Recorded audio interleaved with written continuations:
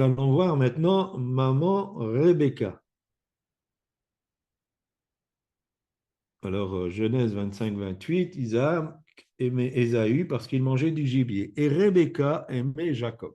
Donc, imaginez, nous sommes dans une famille de 4 personnes, il y a déjà 2 clans.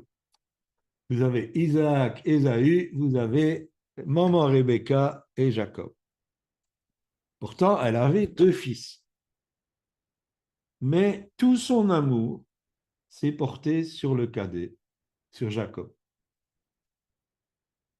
Alors, c'est vrai que Jacob, contrairement à Ésaü, était pas du tout le même gars.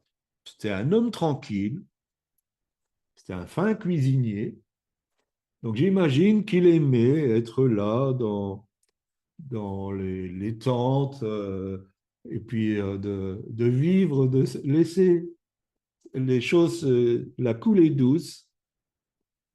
Mais il était loin d'être un Ésaü qui était viril, mais probablement un peu brutal. Donc, il devait être quelqu'un de raffiné, comme on dit. Mais je ne pense pas que Rebecca l'aimait pour ça. Je pense que Rebecca, elle aimait Jacob parce que Ésaü avait fait quelque chose qui était un drame pour elle. C'est ce qu'on peut lire dans Genèse 26, versets 34 et 35. Ésaü avait épousé 2 femmes hittites et ces femmes-là, les belles filles, lui menaient la vie dure, vraiment dure. Et c'était une souffrance. Alors, vous avez des belles-mères qui ne sont pas très agréables, mais quelquefois, vous avez des belles-mères qui sont exemplaires, mais les belles-filles, ce sont des pestes. Ça arrive. Mais le problème, c'est que Rebecca est tombée dans l'amertume. Et cette amertume était tellement forte que ce couple vivait quasi séparément.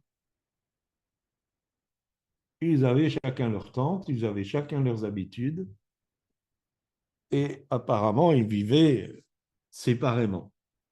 Comment un couple, et si vous avez suivi des formations au mariage, bien souvent, on utilise Genèse 24, où c'est le serviteur d'Abraham qui s'en va dans la famille d'Abraham pour aller chercher une épouse pour Isaac.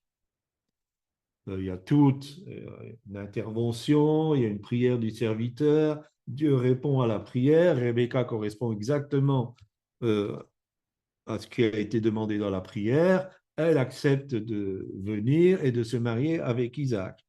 Donc, dans, dans les cours sur le mariage, c'est un exemple où on cherche la volonté de Dieu, Dieu donne son accord par des signes, et puis on marie la personne. Comment ce couple qui est au centre de la volonté de Dieu en arrive à ça? Au lieu d'être un couple qui vit les choses de Dieu ensemble, qui est un exemple, on a un couple qui vit séparé. Pas très loin, mais séparé.